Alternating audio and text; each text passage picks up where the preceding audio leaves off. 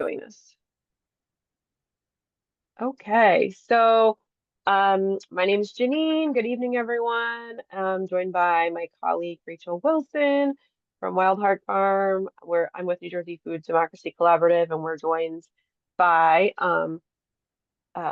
Kimberly Harrington from Coddiwomple Canning and Devin Cornia from the Northeast Organic Farming Association of New Jersey, or NOFA New Jersey, to learn about processing your, I guess it's not always processing your leftover produce, right? Sometimes it's very intentional, like you're growing specifically for making certain products. So learning about processing as another income source or something to do and market your produce.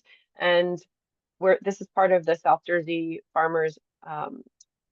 Feast Farmers Equity and Sustainability team that's being led by Pinelands Preservation Alliance with support from us, New Jersey Food Democracy Collaborative, which is really helping a group of farmers, which we're trying to grow that group of farmers in South Jersey to determine what project they want to work on together and whether or not they want to form into some kind of farmer cooperative or growers collective and what model they want to replicate to do that if they're going to do that. So today's session about processing was requested by some of the farmers in South Jersey Feast. And so we're here tonight to learn and ask questions on this topic. Anything you want to add, Rachel or Melanie or Katya, as folks who've been active in early stage South Jersey Feast? Yeah, just that this is the second of many speaker sessions, and I think we really appreciate both of our guests here today, and can't wait to learn more and potentially pull some inspiration from them. So, Well said. And actually, I'm going to quickly just share the South Jersey Feast website, which eventually will have its own website, but right now, temporarily, it has a web page on NJFDC's website. Rachel, can you see this? Is that showing up? Okay. So it's yep. like a little bit about South Jersey Feast, and then all of the upcoming dates for the other Ask an Expert speaker series sessions are listed here.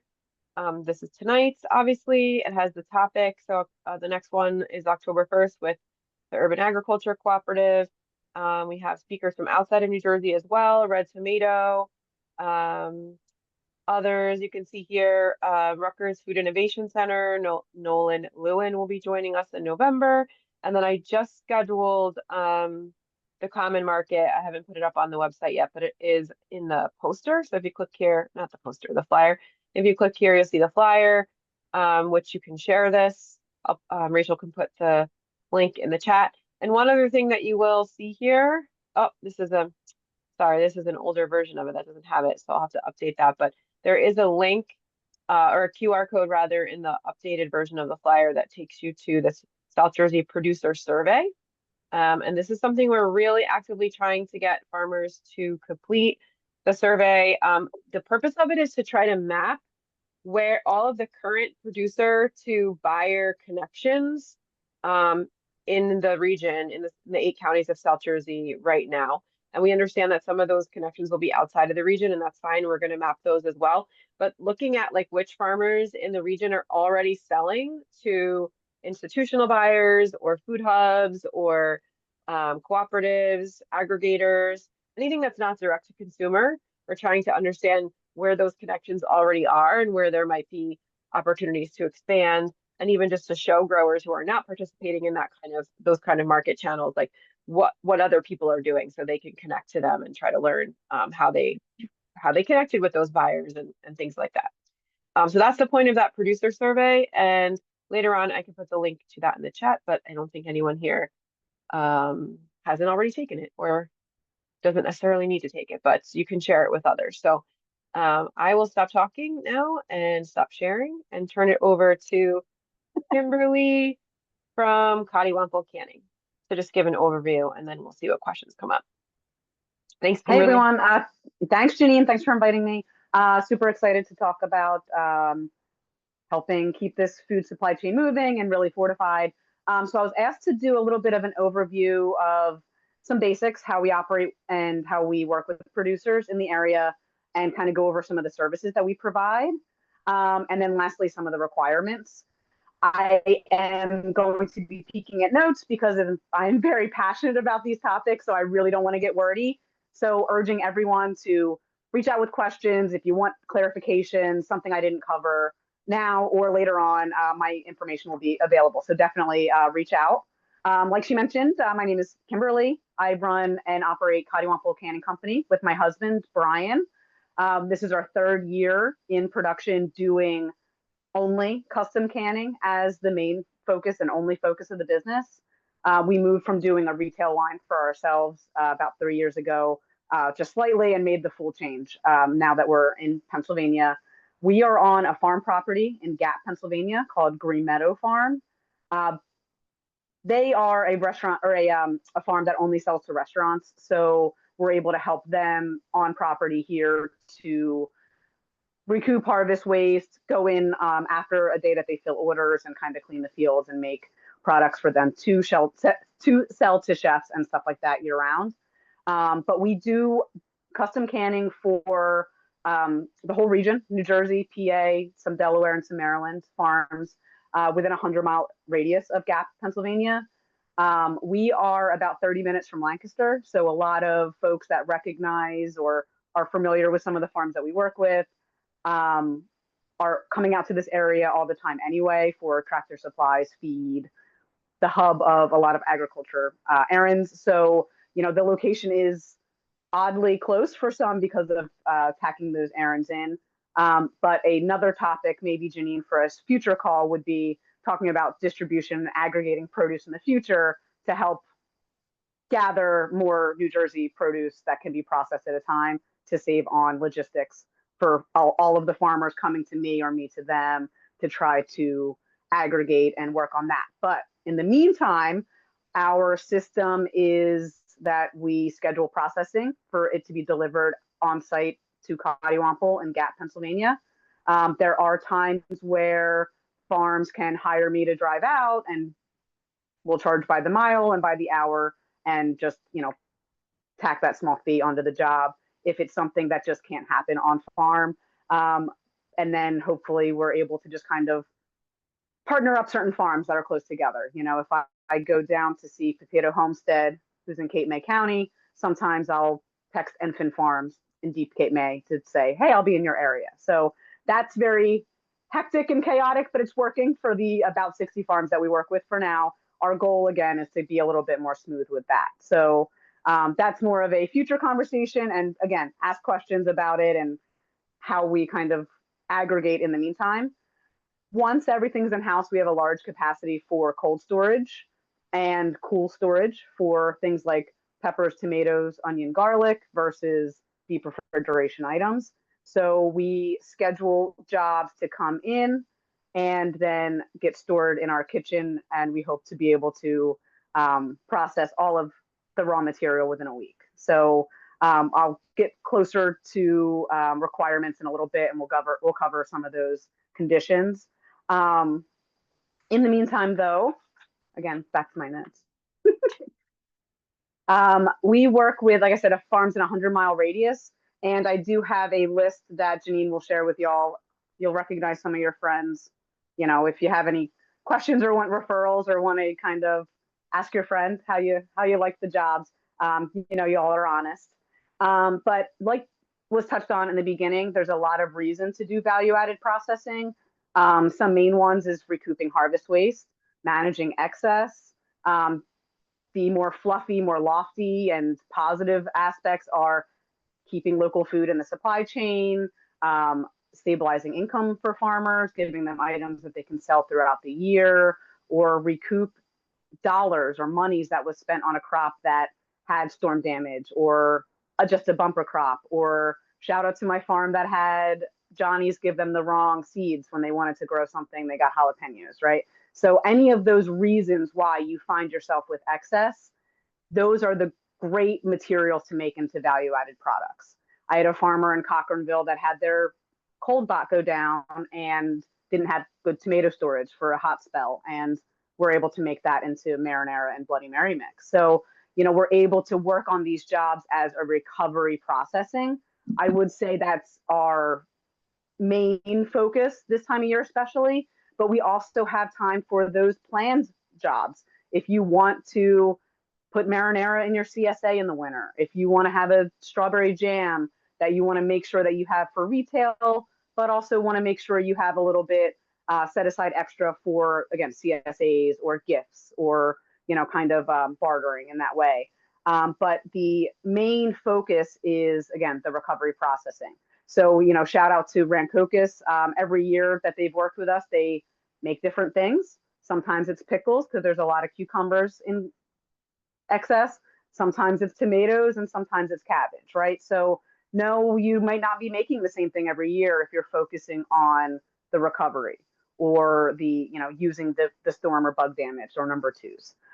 So again, increasing your revenue with those products, but also trying to keep that local food available for your farm market guests. The main service, I would say, that we provide, it isn't just the canning of it. We kind of work on the front end with y'all to discuss what that retail line should look like and kind of consult on, well, what are your outlets? How much is too much? Can you sell 20 cases of marinara, or is 4 cases more, more your speed, right? Like what kind of dialing in what amount of raw material should be made into a value-added product. We kind of already covered recovery stuff, but also because that dictates your job sometimes, right? Because that's what you have on hand. But we are 100% custom in how we do our preservation, meaning what do you want it to taste like? What do you have on hand? How spicy do you like it? Do you want no salt? If it has to be acidity modified, should we use citric acid, lemon juice, vinegar? The list goes on, right? So as these jobs come in for you guys, we're able to really talk about what you want that product to look like versus what you have on hand and things like that. So, flavor and customization goes down to, what the label and the jar size should be and what makes sense for your retail outlets so that you're able to be set up for success to sell these items. Another thing that we consider a pretty special service in this process is we segregate your produce. So if a farm is bringing me, like today, I received 75 pounds of tomatoes, 2 pounds of garlic, a little bit of onion, some basil. That's all in a pile, and that's listed as that farm. And that is what's made for the recipe. It isn't just batted together, mixed with a consortium of other farms or other ingredients because we're making marinara for many. It's, everything is custom and also done thoughtfully with your vegetables, right? So you have the ability to have on the label our tomatoes, our basil, our however. That also goes as far as to say, years when some farms had a tough time curing their onions. If you want to make a marinara sauce, you can skip the onion, or we can use shallots or scallions, or we can help you source it with another great local farm that is, also either organic or minimal, intervention style farming. So we try to consult people on making a product that fits the farm and what you hope to sell, but also with what you have on hand using your products. And then, of course, we'll intake, store, wash, prep, and process the item and package it for you to be ready to sell. Labeling is a service that we offer as well for this product. So you're able to have your logo and then the ingredients and take it right out of the box and sell it. We do also have people that want their own branding. They already have tallow soap that they sell and they want it to match and they want to handle the labeling. Perfectly fine. I'll just tell you the details that you have to include. It'll be the same price, but that would, totally be your prerogative if you want to take it and make it look the way you want it to look. I guess going into, what items we make. We are certified to do low acid canning, soups, sauces, things like that, that are very high pH. I would say, do 99% of high acid canning, where you have the ability to water bath can or, do something with pasteurization versus pressure canning. We are able to do pressure canning. We just have a super low capacity for it. So high acid canning is your usual suspects of canning, right? We've got jams, jellies, syrups, canned fruit, pickled anything, pickled cucumbers, peppers, carrots, onions. We do tons of tomato products, puree, marinara, passata, you name it. A whole bunch of ferments, like hot sauces, sauerkraut, kimchi, dried herbs and spices. Like I said, we do stocks and broth, but in a very limited amount just because of our capacity. And we do it in the winter when we're out of the height of our season. Height of our season being June to December. So there are some items that we haven't made for farms, but have made as canners or have recipes and standards for. We just make what y'all bring us. So if there is something you ever ask about that we haven't done, we would just chat a little bit more about it and consult about, recipe and things like that. It is to be noted that we are able to help you just, research and develop or kind of try out products in the off season, January, February, and some parts of March. If you wanted to do a baba ganoush, we don't have a recipe for it. I can do things with eggplant that's high acid, but I don't have a baba ganoush recipe that's tested in the pressure canner. So just an example of something that if you wanted to make something that we don't have a recipe or standard for, or is close to a recipe or standard, we would ask that we just talk about that in the off season and work on the trial on that, and we send it off to get tested for you, and it's your recipe, and that's just done.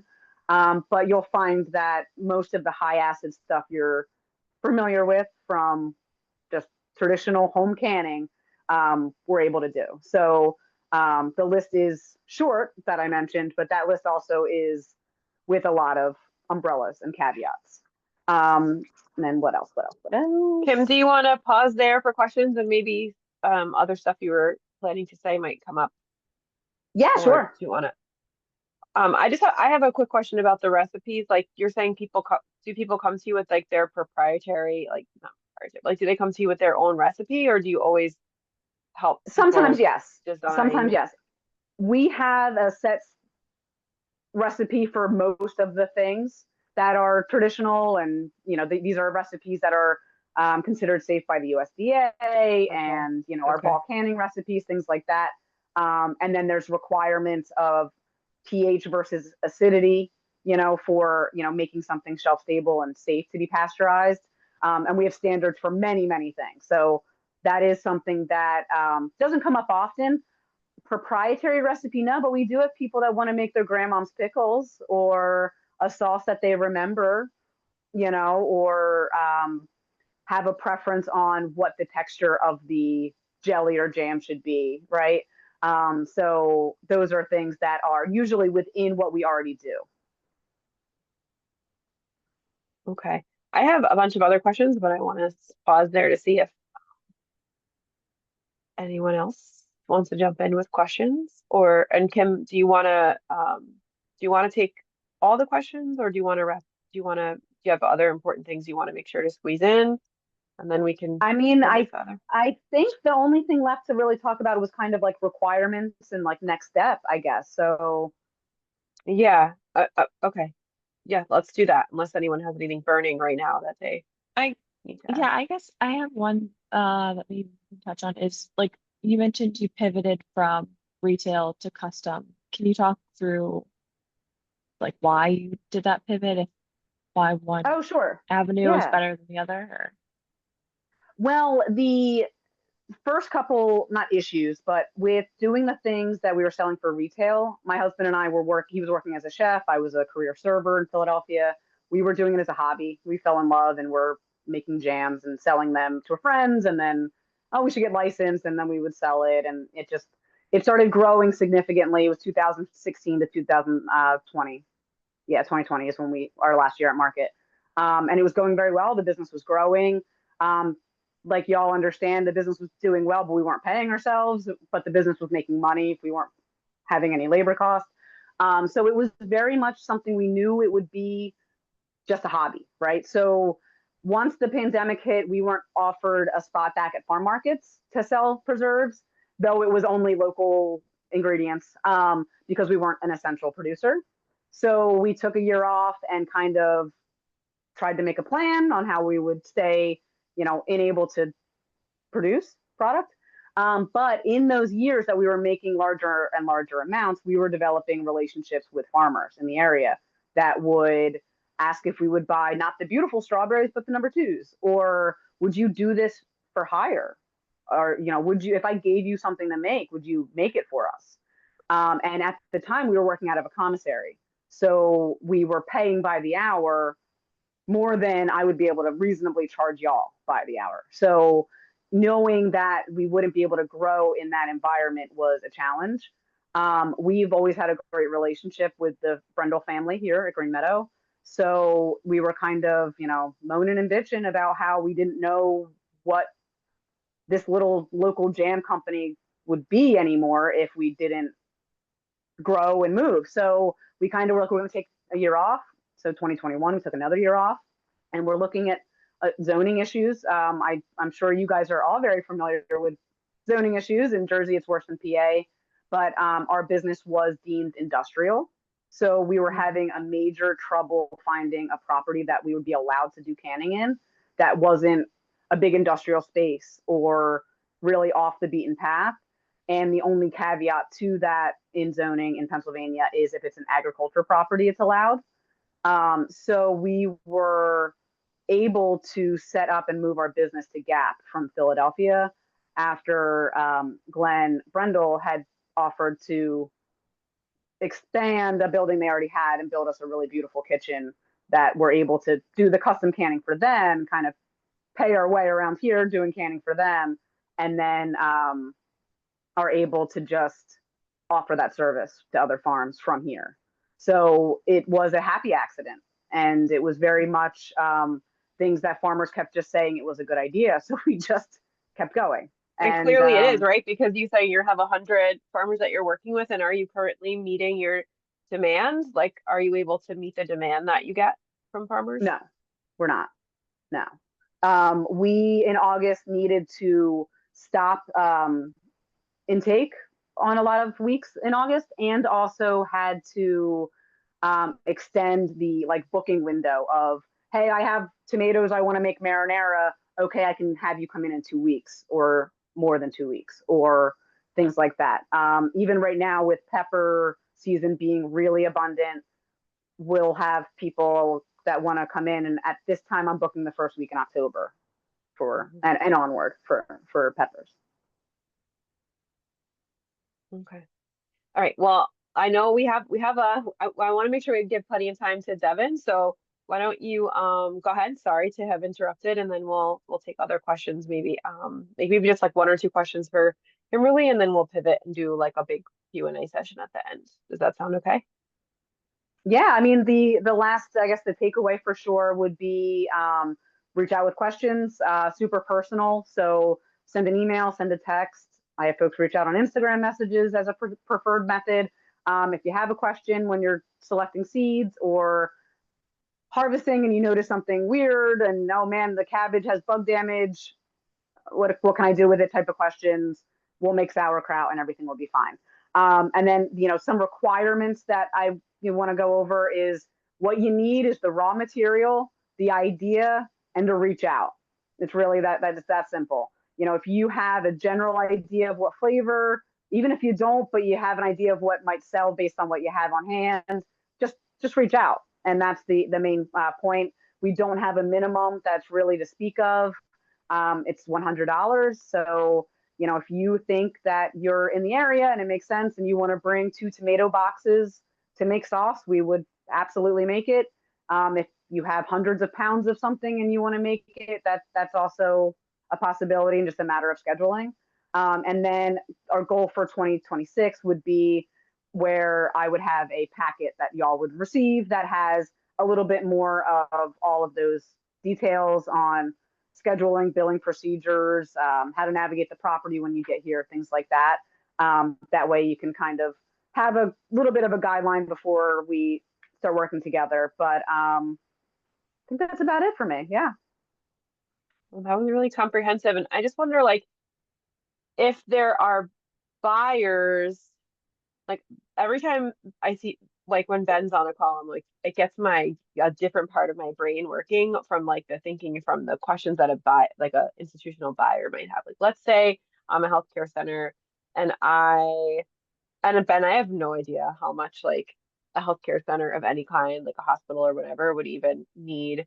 Like, I'm assuming there's lots of preserved or shelf stable things that are used, like all the ingredients are not fresh, right? Like, or even if I don't know, any larger buyer, if I want to like partner with a farm or I'm already working with a farm and I'm like want to move into the value added product space with them, like do you ever see that happening where you have like an institutional buyer like from the beginning they Yeah. already know that this is we're gonna buy, however many cases of this, so they're kind of influencing the recipe because they're like, this is what we know we need for our kitchens, or restaurant, I guess. Yeah, I mean, it's totally a goal, super lofty. There's a lot of food banks, school systems, office buildings, prisons, hospitals that are trying to capitalize on how abundant our local produce is, and using products that, reduce a lot of not just waste, but emissions and logistics. I would love to say that we have the ability to expand into stuff like that within a 5-year window, but the main focus, and there's not enough people that are doing food processing in the state for meat or for vegetables. So it is our priority to continue to work with the local growers that have excess almost exclusively. I would turn down jobs that are scaling up a retail product for somebody or bottling something for, kind of co-packing jobs. I would not take those to do recovery processing for farmers. We do Green Meadow sells to restaurants. Sometimes they have us make their barbecue sauce or whatever, right, in a small batch. But I have a goal as not just a business owner, but as local New Jersey and now Pennsylvania resident to contribute to retaining and fortifying the medium and middle supply chain. But it is a little lofty for now, for sure. Yeah. But definitely something that's in need. The other thing is, being a small shop, we are absolutely, everything's done by hand. We don't have a lot of specialty equipment that would focus on just corn, just beans, things like that. So that keeps you in a smaller scale than some of those things do require. So, maybe as things continue to be successful and that need is there, partnering with different organizations to make that possible is something I would be able to, discuss or plan for. Like in consulting how to bring that going, but I don't think that's something that we're going to be able to make much damage Okay. into for now, unfortunately. And I'm really interested in this question or this statement, I guess you had earlier about the need to aggregate.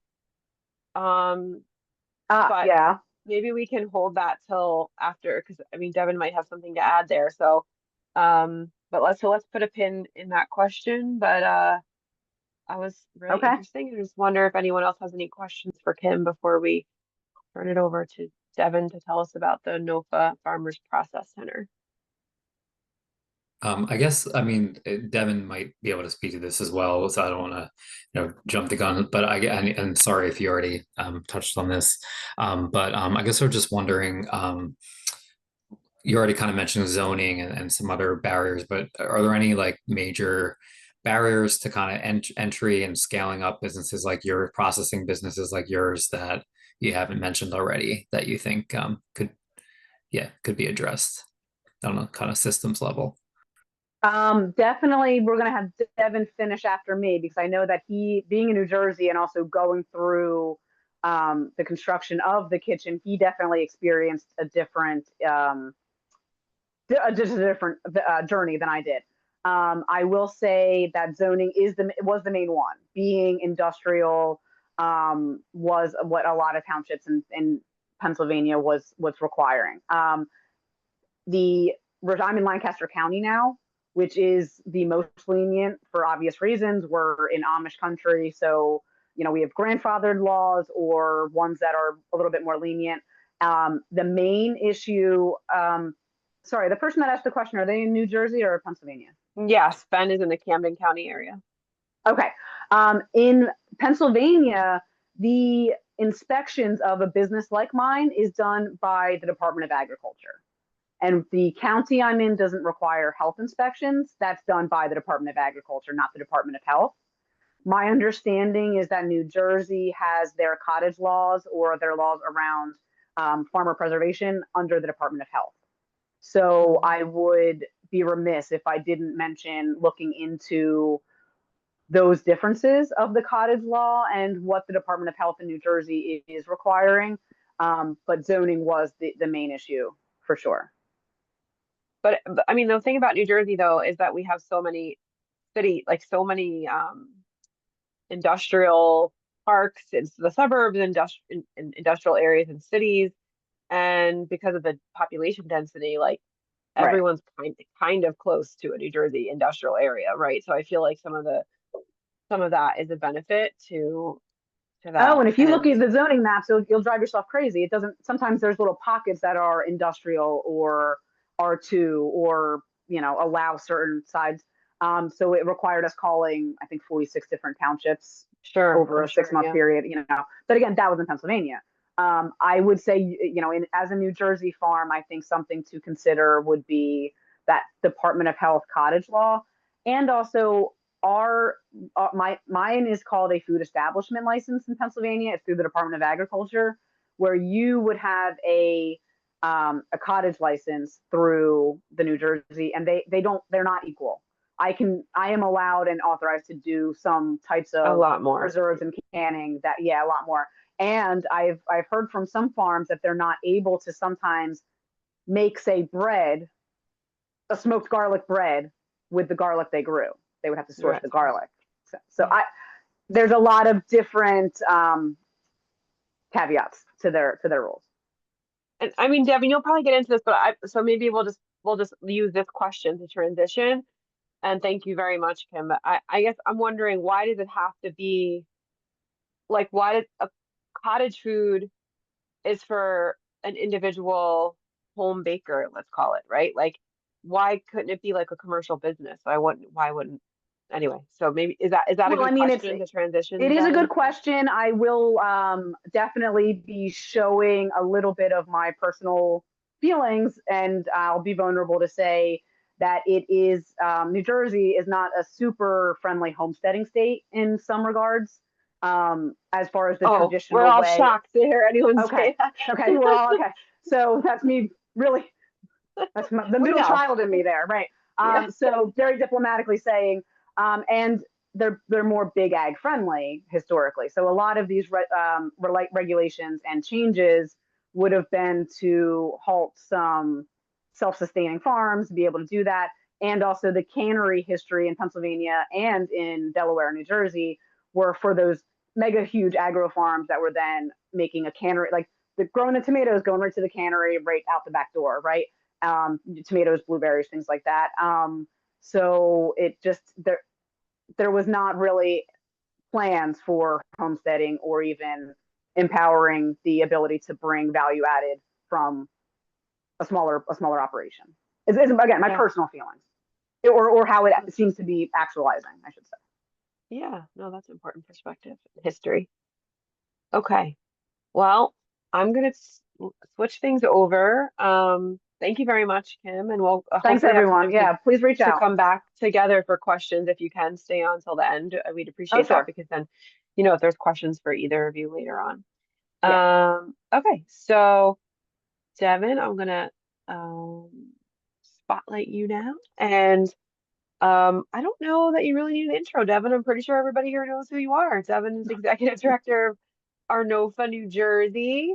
He's also a farmer, and I don't know, like he's one of these rare people who have homies in North Jersey and South Jersey. So that's another special thing about Devin. He's got North Jersey and a South Jersey roots. So I think that's part of the magic.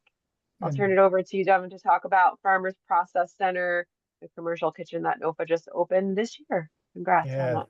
Thanks, Janine. And technically, we're not open yet. I do Just have a kidding. million questions for Kimberly, but I'll ask those. It's more behind the scenes from packer to packer kind of talk, not really entertaining for the farmer. But really appreciate the opportunity to share about farmers' process. So everything starts with a little bit of frustration today around this whole topic. So just as an experiment, I called a couple of county health departments and they all just played a big old game of hot potato with different municipalities.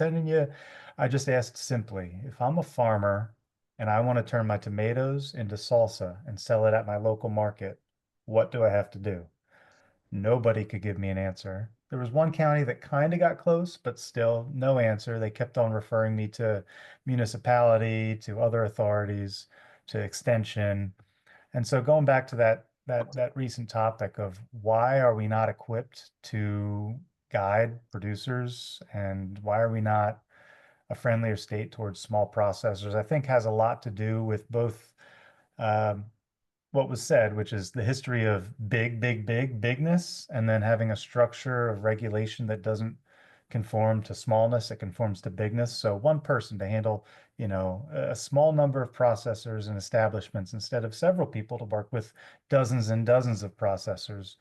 I think it's also New Jersey being a home rule state. So there's always this tug of war between the county and the municipality. So what we're left with is a load of frustration. So it's frustrating that we can't get a straight answer because when you call the county, they kick you to your municipality. And when you call your municipality, they say, have you spoken with your county health department agent yet? And you're just left wondering, how does anyone get anything done? The second point of frustration goes back to the start of all of this. So I right before the pandemic came on, I helped a local organic grocery chain open up a third store down in Lambertville, and then the pandemic hit, and that was fun. But we're watching our shelves stay empty when I know there's product that we're all growing out there in the fields right now. And then I'm looking and I'm seeing the Simply Organic, not to call them out, but $7 jar of organic rosemary for a 2-ounce dried product. You know how many $7 jars of organic rosemary I could grow on a quarter acre right now? That should be New Jersey's money on these shelves. So I'm getting frustrated that we've got outside business undercutting local product. We've got discombobulation, incoherence within the regulations, and we can all fix this. So NOFA was lucky enough to get a miraculous amount of money in a grant and aid from the state. And we said, we are buying an asset for the community. We're going to buy a community kitchen. So we purchased Farmers Process. It's in Milford, New Jersey, right on the Delaware River. Purchased it last April, and we are still not at that finish line of having a CO. And it's so frustrating. That's the third frustration. And then I'll stop with my negativity. We've been ghosted by numerous plumbers. We've had issues with service providers.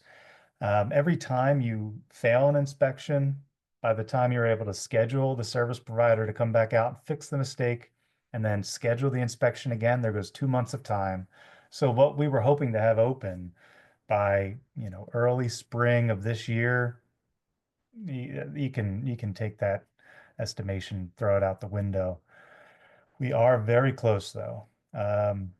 One of the challenges in taking on an old building is every time you pull that thread, you find something else that needs updating or fixing. So we've had to spend more money than expected, updating the fire suppression system, reworking some interior plumbing so that it met code, improving the line, a couple of equipment items that we brought in. So right now, what we have is maybe what looks like 1 to 2 months before we can get our county health inspection, and a very simple kitchen, oven, range with a oven below the range, and then another just 6-burner cooktop, lots of stainless steel workspaces and Hobart mixer, Robo Coupe, kind of like the bread and butter items in a commercial kitchen. No real specific equipment, although we're welcoming producers if they want to buy items that are specific to their operation to bring them in, house them in our kitchen, And maybe I'm getting ahead of myself there. So farmers process, it's a bit of like a triple entendre, right? It's farmers processing their wares. It's the process that we all have to go through in order to actually earn a living now, because we have to add value in one way or the other. And then it's going through the process of learning how to even do this. So that's what farmers process mostly is us learning how to do this, connecting with others like Coddiwomple or OFI or Bauman's, and really bringing the community together so that we have a general understanding of how to navigate value-added processing. And then once we understand it, we can make the most of it and we can really capitalize on opportunities within. Can I share my screen or can I ask you to? Yeah, absolutely. You can share your screen. So I just want to go over what I'm mostly excited about. So farmers process itself, we have I'm just going to share the desktop. And I'm getting ahead. Wow, it's a beautiful website already. Not there yet. I'm just going to share this photo if everyone can see that. So Yeah. we've got this beautiful backyard where we're able to host organizations, private dinners. We had our first in the garden donor dinner there a few weeks ago, and it was amazing. It was beautiful. You can see the river, although you have to look through the neighbor's yard. But it's quiet, sleepy Milford. So this is an open invitation to any organization that wants to use this venue for meetings, fundraising dinners, what have you. You're more than welcome to use it. We had some amazing chefs that we work with put together truly local meals. Real fun stuff. Outside of that, I tried finding a photo of the actual kitchen and came up short. But it's a simple kitchen. We're going to have workshops within the kitchen. It'll be available for rent, just as any other certified community kitchen would be. And then also open for hopefully, R&D of products. If we can get to the point where we're able to start writing scheduled processes, then we can hopefully help farmers write scheduled processes for their products. And that goes towards more institutional sales, which maybe we can get to. But what I'm most excited about is less about the actual kitchen itself and more about the platform that we're trying to build. So farmersprocess.org, it's not built out yet. This is like skeleton. It's very early on, and I'm eager to pay folks to help us fill this website up. So if you want to share, whether it's blog posts, if you want to share insights, Kimberly will pay you if you have resources, information, guidance to share with our producers in the form of blog posts or resource pages. What we're trying to do is just establish a point of authority for New Jersey value-added processing, because no one has been able to adequately engage the producer A to Z through this process. Rutgers has the Food Innovation Center, and I know they do good work, but it's mostly CPG, like consumer packaged good brands that can afford to pay to have their product taken from idea to, in your hand on the shelf pretty quickly. Farmers don't have the scratch to do that. They don't have the money to rent out their very well-equipped kitchens. And they're pretty booked. It's hard to get a hold of the Food Innovation Center, even though I hear they're really nice people. So without, the point of authority that the rest of Jersey would point to help us solve this issue and learn more about what we need to do, who else is there? So this is something I've wanted to do. Thankfully, NOFA, we can start getting into this space, but we're not trying to be a co-packer. I say that explicitly. We don't want to be a co-packer. Our kitchen is not a co-packer or a processing facility. It's a community kitchen. We're not trying to step into the co-packer role. We're trying to push people to the co-packer role because everything is very scale appropriate. So there's 3 paths that a producer could take to getting a value-added product in their hand to sell to a customer. And the first is they have a recipe. They work with their county or their municipality to get their temporary food retail permit. They get the approvals from the municipality and or the county to work through a certified kitchen. They make that themselves. They are suspect to inspection in New Jersey. So the health department of the municipality or the county can come out to the kitchen, inspect the kitchen, and also inspect the producer making this product when they're making it to make sure that they're making it according to their plan. And we can talk about HACCP plans and whatnot if we want to, but that's pathway number 1. Pathway number 2 is working with a co-packer like Kimberly at Coddiwomple. Amazing, because you don't have to do any of the thinking. You have this awesome artisan product that you can sell. You can say it's my own. I've got some Jeff's sweet pickle relish in the kitchen. Coddiwomple makes amazing products. Um, and as far as, bang for your buck, you can't go wrong because you're not putting in the sweat equity. You're driving the ingredients out and you're coming back and picking it up later. I think that's the most approachable and the best route to get into value-added processing.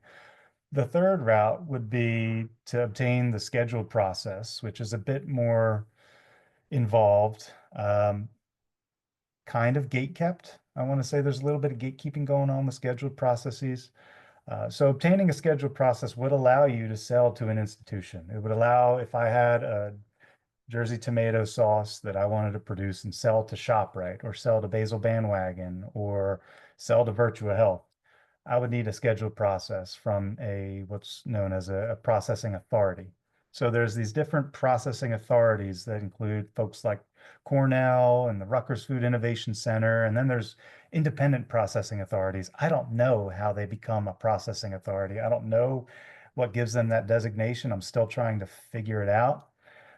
But we do know one thing, they charge a good amount of money to get you that scheduled process. And so the scheduled process is no more than a recipe and a plan for how you plan to package your product. So it'll have the recipe laid out, it'll have a HACCP plan, it'll have all the controls needed to ensure that it's going to be shelf stable for X amount of days and that it wasn't there wasn't any food safety issue in the manufacturing of that product.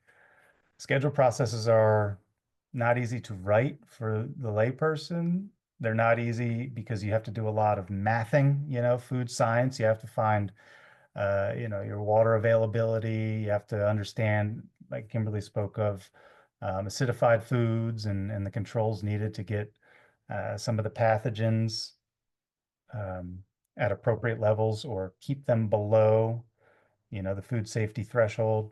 So schedule process is much more involved. If you don't plan on selling to an institution, there's no need to go beyond working with a co-packer that can do custom jobs. Most people in the Devin, area, yeah, go sorry, ahead. I just have a quick question about the, like, is there anyone right now in New Jersey that whether an extension or anywhere else that like walks people through the process of obtaining the scheduled process? See, here's the problem. Maybe the Rutgers Innovation Center we should really ply them to share their knowledge with us. But the individual private processors aren't incentivized to share a scheduled process because they spent money on obtaining all their different recipes and scheduled processes. And that's the problem. So what I want to turn on its head is why should everyone pay $2,000 to $3,000 to get a scheduled process for a simple marinara sauce? It's insane. It's just marinara. We could probably fiddle with the herb proportions. If you wanted a little spicy marinara, you could probably just throw a habanero into each jar and it wouldn't even change the dynamic of the scheduled process itself. It wouldn't really change the recipe that much. I'm speaking out of turn because I don't know for sure. I'm not a food processing authority, but the reality is that you have many, many people paying thousands and thousands of dollars to scheduled processing authorities just to get a piece of paper that could be shared. These recipes could be shared, they could be open source, and we could all benefit from them. So there's a little bit of that gatekeeping, and it's understandable because if you're a private business that went through the pain and spent the money to get your product, its scheduled process, it kind of stings when somebody else gets it for free. But we just have to be able to look past that and go, it's for the good of local food. Let's share our scheduled processes. Let's share our recipes. There's enough eaters out there and there's enough BS coming in from who knows where, filling up our store shelves when it should be Jersey grown product. So I'm very frustrated about that. Now, all along this process, I've been diving in, HACCP classes, all kinds of, FDA courses and courses with food processors. And another point of contention is when you take these classes to actually learn, you don't really learn. They almost treat it like a CEU. They have you highlight lines in a book, highly acidified, high heat canning. highlight lines in a book so you can check the box and say you took this class. There's nowhere to go to actually learn pragmatically, what does this mean and how do I go about implementing this in my own space? So at the end of the day, it's all just very frustrating.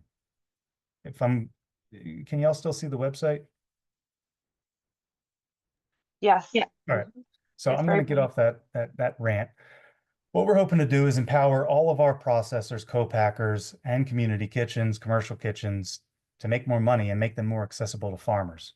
So we'll be building out this website. You can read a little bit about Farmers Process, what NOFA is trying to do. We still haven't built this website out.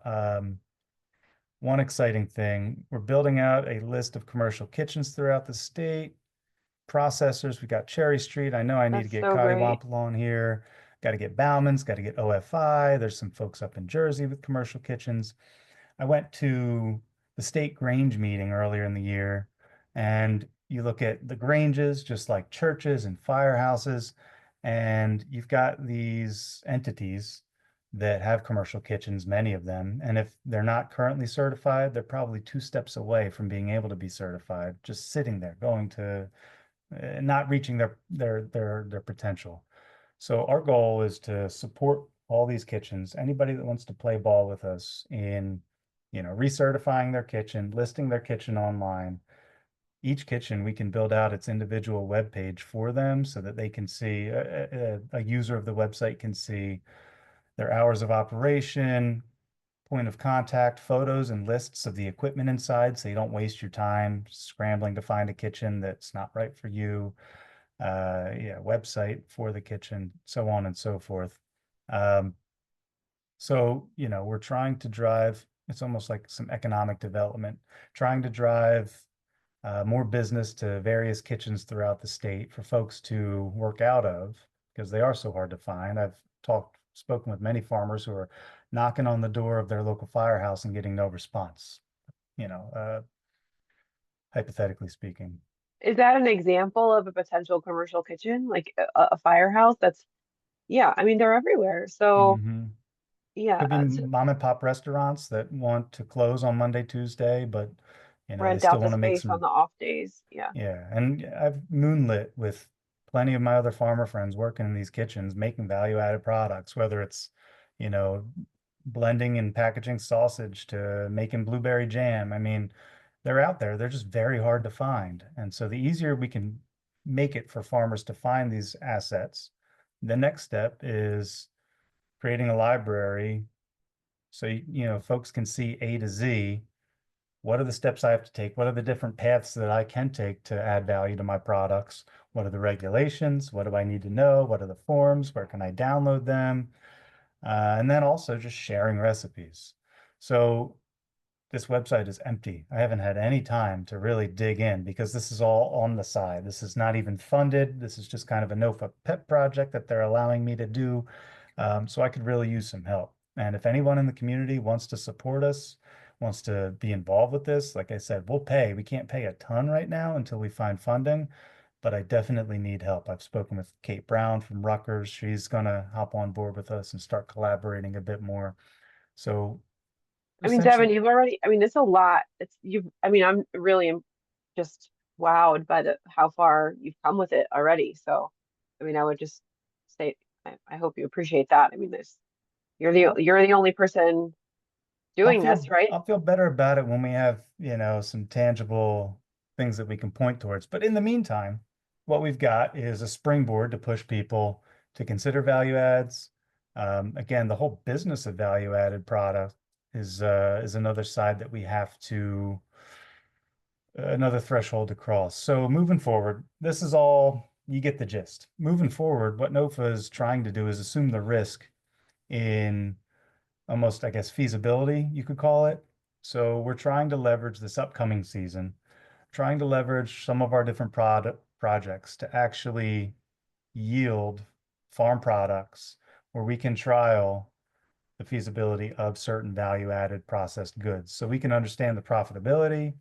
We can figure out like at what scale this might work for a small farmer. We can partner with folks like Coddiwomple, OFI, Bauman's, whoever has the capacity to work with us at the time to make such products, and then we can review.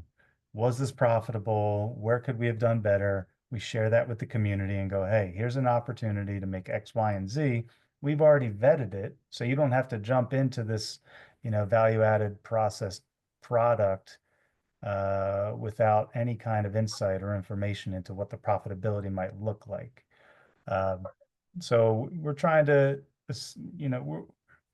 we're definitely trying to take on more of the risk moving forward. So if we were to do so, let's say we then partner with retail partners. If we're to get a scheduled processed product, partner with some retail partners, start developing the business, then we can start opening up and aggregating from other producers to make that product and continue that supply line to these different businesses, or we can hand it off and go, hey, farmer, you work with this processor and you've got an established demand at this market.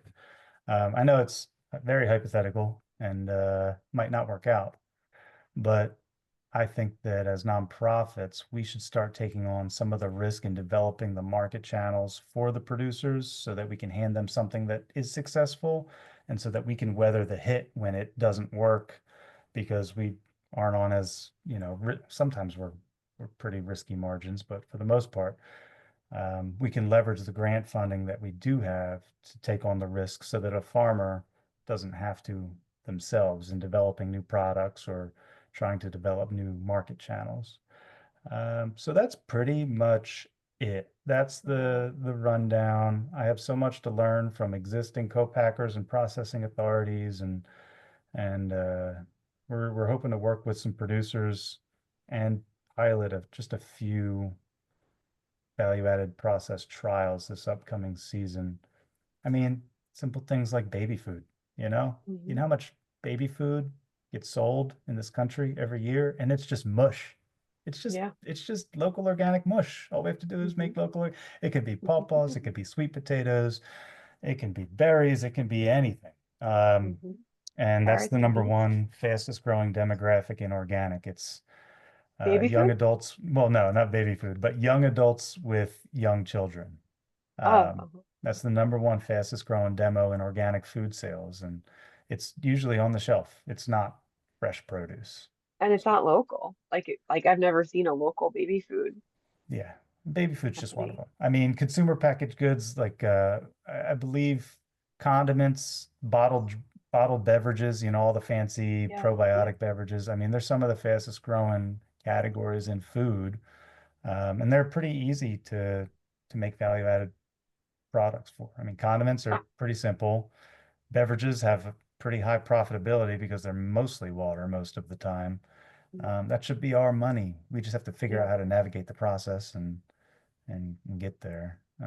So yeah, I think it's already super helpful. The fact that you're going to map the available commercial kitchens and help other commercial kitchens, like encourage them and support them, and like coming online is a possible place that a farmer can rent out space in. I mean, that's a huge, huge service. That's the plan. We haven't done anything yet. That's the plan. I saw some points on that map already. And also like the page where it's a go-to spot to get all the information. I'm sure you're going to do like webinars and workshops around like what information is on that web page, and that's all really, really, really helpful. There's no one else doing that, right? So I mean, I'd love to cross post this one if you'd like and push folks to the Feast website if you want. Yeah, and we can definitely link to I mean, I don't know if you're ready to have people there, but when you're ready to have people on the website, it looks like there's enough there for people to visit now.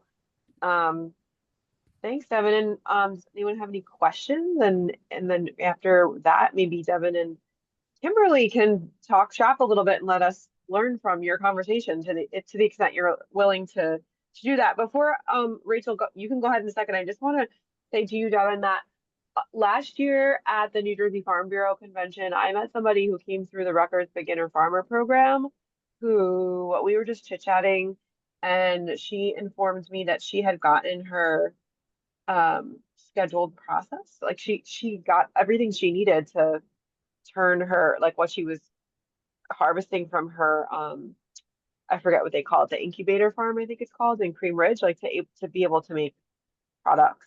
What was the product? And I'm not sure, but I will dig through the recesses of my memory Is it Natasha? and try to remember her name. No, it's not Natasha. Try to remember her name so that I can put you in touch, because I was very impressed with her knowledge of how to create value-added products, and she was really knowledgeable. And so anyway, we can see if we can Bring her find on. her. If she's still around, or we can go through Linnea or somebody to find who she is, so we can maybe see if she wants to help populate your webpage with her knowledge at the very least.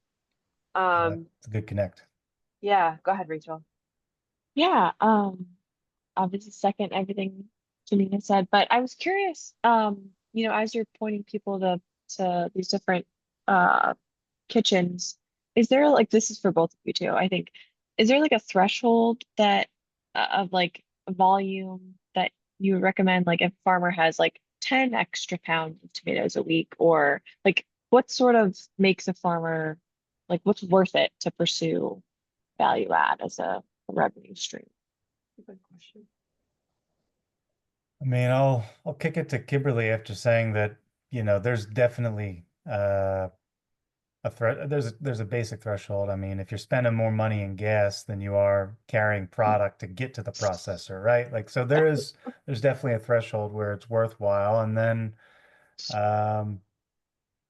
just like with livestock processing, it might be hard to get into a processor if you don't have the scale, or it might not be profitable if you don't have the scale. So if I'm going to a larger processor where it costs them a certain amount of human hours just to clean out the line from between one batch to another, you're looking at minimum X amount of dollars in staffing time. So if I only have enough product to fill up a quarter of their processing facility for that line for that day, I'm still getting charged the same amount to clean, to handle all the extracurriculars. What do you got on that, Kimberly? Well, something like, 10 pounds, being such a small number, that would be more of planning logistics on freezing them every week. Investing in space don't sleep on freezing things. And storing 10 pounds a week for 5 weeks. And now you got 50 pounds and you're going to Nolts anyway, and you're dropping it off, and it makes sense. You're able to kind of store, all types of, small amount of berries. If, strawberry season, if you're only having a couple pints at the end of the market, bagging them and freezing them appropriately, to make a future product once you have a larger bit.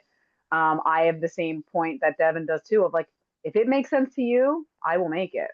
If it makes sense, if you're close, or that I'm going to Rancocas and you're going to Rancocas farm, and I'll just pick it up when I pick that up. There are ways to make it make sense.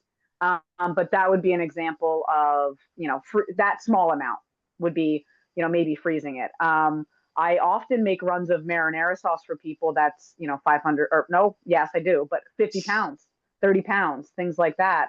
And it, will yield a couple cases, but it's, to a small farm, if you only have an acre and a 25-person CSA, 2 cases is great. That is an item that you can either use as a free choice item, or in a box, or have for sale. Um, That was helpful. Can I add just one caveat Yeah, if I have to put on my organic hat? So recently, to help curb organic fraud, the USDA implemented the Strengthening Organic Enforcement Standards. And now, if you want to make a certified product, and if you're doing any kind of, I'll call it like middleman processing. So if I'm a berry farmer looking to make a certified organic jam, and I don't have enough berries on hand at that particular time, if I were to freeze them, I would need to have my organic handler certification as well if I wanted to make it an organic certified end product. Very frustrating, very silly. It's not even leaving the farm, but it's just the rigmarole, the nuance of the organic system right now. So just putting that in there, if folks are certified organic and they want to make a certified product, you have to kind of really be aware of the little nuance in how you're handling, where you're going as far as, your processor and whatnot. And that also can be Right. really easily described on the label, maybe as the ingredients saying certified local tomatoes. Maybe not that seal, maybe not in the title, but in the ingredients, that's organic basil, that's organic tomato. So, definitely ways to still highlight that option. Yeah. And if So you're many doing a lot of rules. direct to consumer anyway, you can tell your customer that, so it's really just who the customer is. Again, it's Um, our product. Yeah. I have a question about this.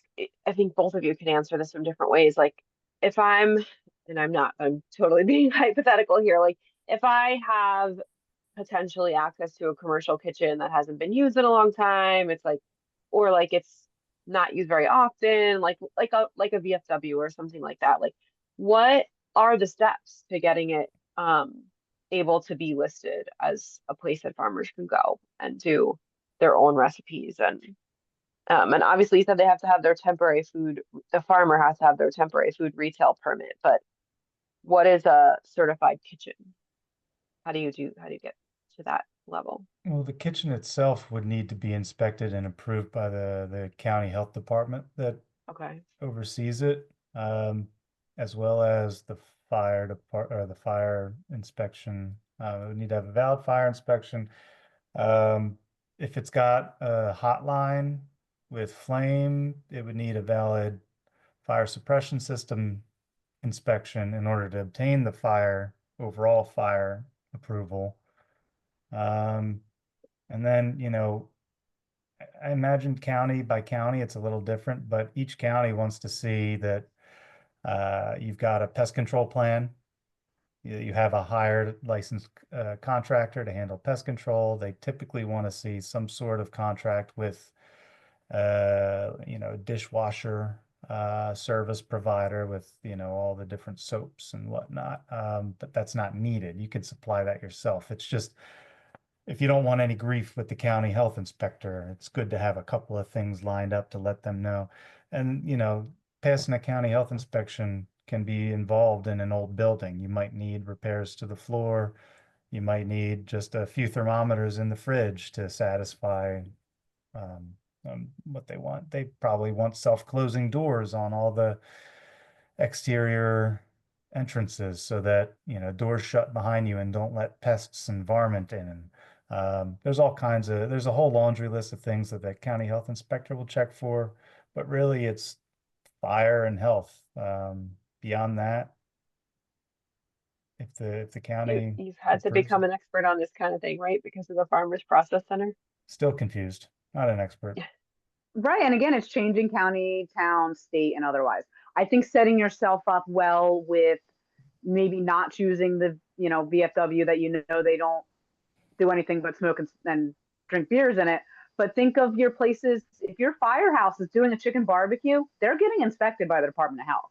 If your church does a whatever donut festival or whatever, they're on the book somewhere. So being creative with those places that have, that want to feed large groups of people, like a church or a firehouse, but also have things that they want to make income on because they are being regulated that's the point. already. Yeah, that's right. Yeah, and even just like I'm thinking, schools as well. Schools. I mean, my brain's thinking. I grew up with my parents involved in the Knights of Columbus. Like the Knights of Columbus, always had things all the time. Yep. Always had things like that. And isn't there a revenue?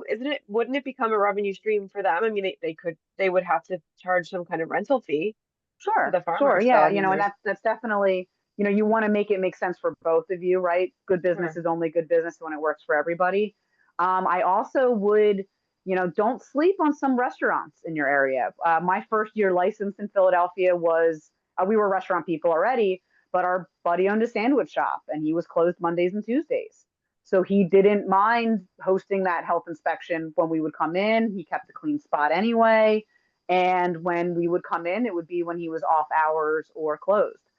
So think of your pizza shops that close or, only, especially in your areas closer to Philadelphia or Collingswood or, even up by Milford, where you have places that are small shops that like to close down Sunday, Monday, Tuesday, or, what have you. Sometimes that could work because a restaurant would be your most easy pipeline. Yeah, most ready, equipped with items. They'll probably share some tools with you. and they've already have higher stakes because they're inspected already. So that And might be, if you're in sorry, go ahead. no, that was it. If you're in a tourist area like I am, where things are already now shutting down 5 days a week in LBI, sure. like those are places that definitely have time and space to rent. So, or hours that are opposite from you, things like that, depending on what's in your area, for sure. yeah. Melanie or Ben, do you have any other questions for Devin or Kimberly or Rachel? I know Carlton's gonna have, I suspect that Carlton and Jonathan will have a bunch of questions when they listen to this, and so we'll gather them all together and send them to you so they're not like piecemeal. This has been really helpful. Does anyone else? Rachel, do you have any other thoughts or questions? I don't want to take up any more time, but we'll reach out if we have time. Yeah, same here. But I'm just really, excited and fascinated, and give all of you, props to, what you're doing. It's really cool, Devin, what you're doing with the farmers process, and to echo what Janine said with like the maps, and just serving as like a catalyst, and so yeah, just looking forward to all the good work you all continue to do. Well said. Well, Yes, we need thank the you. community to you. plug onto it. Thank you, both We of you. will. There were And a couple of things to kind of, while Devin was speaking, a couple of things came up that might be helpful for some folks on, the Pennsylvania side, maybe specifically. A great resource also is Penn State Extension for canning resources. They have a lot of videos online. I just, my new employee, I told her I would pay for her to do, it was a $29 course, 6 hours of water bath canning basics on the Penn State Extension website. They also have some that are a little bit more detailed on specific types, but that one is just a nice overview. Brian and I also got our our food preservation certificate through Cornell University through their extension program. So unfortunately needing to leave the state to do it, but it's a certification that really does overview a lot of it and makes inspections easier as well, because it covers a lot of processes and HACCP situations. The USDA and Ball Mason Jar have endless free resources on their website for recipes that are tested. They do a lot of language that says, for certain variations, it's unsafe. Reach out with questions. If you switch basil for parsley, it's the same. So, we can talk about stuff like that. No, the last thing I do want to talk about, though, is baby food is a great idea. I agree. Never say you're making baby food. You can call it a food mash, organic mealtime, things like that. If you use baby food, you are going to have a whole other host of gauntlet to go through because it's for babies. Not that it's going to be an unsafe product if you don't. I'm just saying it's like if you wanted to make a big party, don't say it's a wedding, say it's a family gathering, right? There's just a different oversight on baby food. So, definitely a market that should be capital. It's all veggies. That's a great point. Pressure canned and easy to do, but when you're asking questions, you want to make a low acid fruit puree or a high pH fruit puree. In a tiny little jar. In a tiny little jar. And then the last thing, again, to reach out with questions is the main focus. But, when Devin and I talk about making these value-added products and taking the time to, put yourself out there, learn something new and try a new market, the best way to maximize it is to think of what grows well for you, what you always have a lot of, and what can translate to the supply chain. And I think that if you really, put some off-season thought to what you have and what people eat, you'll really see a connection there. So be creative, but also keep it simple because it's just right there. I actually this brought up one more question I have, actually, I guess for Devin, because do you think for farmers who are looking to rent space, is there a need for like cooking, like education, or like have you guys like plugged in with anyone who's doing that, like for a farmer who doesn't know how to turn something into a value add? There's definitely a need. And the last thing I would want to do is to be flippant about any kind of food safety. So sure, it is approachable, it's super easy, but it's really easy to make somebody sick from Sure. Definitely, yeah. improper handling practices. So if any farmer is going to go ahead and try doing their own value add in a certified kitchen, hopefully the county health will be able to oversee and prevent anything once they look at their plan. But really, like Kimberly said, take some courses, take some Yeah. coursework, maybe work with a chef See to if you develop a like it, even. See if it's something that makes sense on your Yeah, try it downtime. at home Yeah. first, maybe. Yeah. Yeah. Yeah, we've And got on a that point, Devin, I know we're going to catch up more about it, but we'd be happy, Brian and I, in our off season to highlight. He's a career chef, went to Johnson and Wales 100 years ago. He'd be upset if I told you what year. But cooking basics, canning basics, food preps, things like that. If we were to put together a workshop, I know that's something that we would be able to help walk people through for sure. don't think I'm not already thinking about winter conference workshops. And there's nobody in, there's got to be someone in cooperative extension that, I mean, no one's coming to mind that is a canning. Actually, I'm confusing in my mind because when I used to live in Humboldt County, California, there was always like master food preserver courses. They would always book up. They were like waitlisted. And so I think I may be confusing my California extension memory with my New Jersey, but does that exist in New Jersey? Like master food preserver, master canner preserver, like courses like that? Not to my knowledge. Not There's to my knowledge, no. somebody, I think it was the Or most rump. recent Cape May hire, Uh-huh. is supposed to be specializing in value-added processing. I think it was either that or agritourism, and Yeah, then Claudia Arroyo, I think is her name, and yeah, I think Claudia it's Gilroy, agritourism. But and that's unusual. Add it to Kate my list of Brown. things that I want to complain to Brian Schilling about. Sure. I mean, it's No, I'm definitely joking.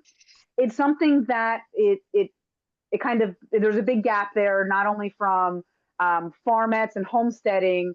That technology of canning really wasn't at the same time as that peak. So a lot of our modern day farming methods just don't factor in things like preserving, unless, I'm in Lancaster, so you're seeing a lot of different points of view for, preserving for your family for the off season and things like that.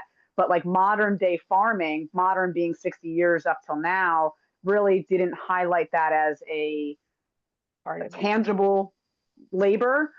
Even Pennsylvania, as agro friendly as it is, Penn State stopped offering they also had the master food preserver class through Penn State, and they canceled on us 2 years in a row, years and years ago, and then referred us to go to Cornell to do that.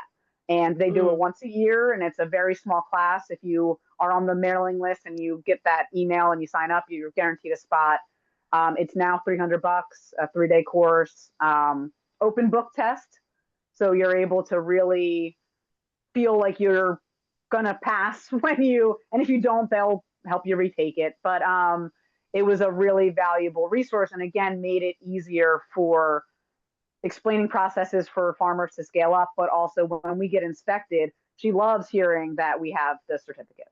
So Yeah. All good information. We'll have lots of follow-up notes, like a summary. I think we can do a summary from this one of some of the key points. And we'll definitely get the recording available so folks can share it around. And I just want to sincerely thank you both for taking your evening to share about this important topic with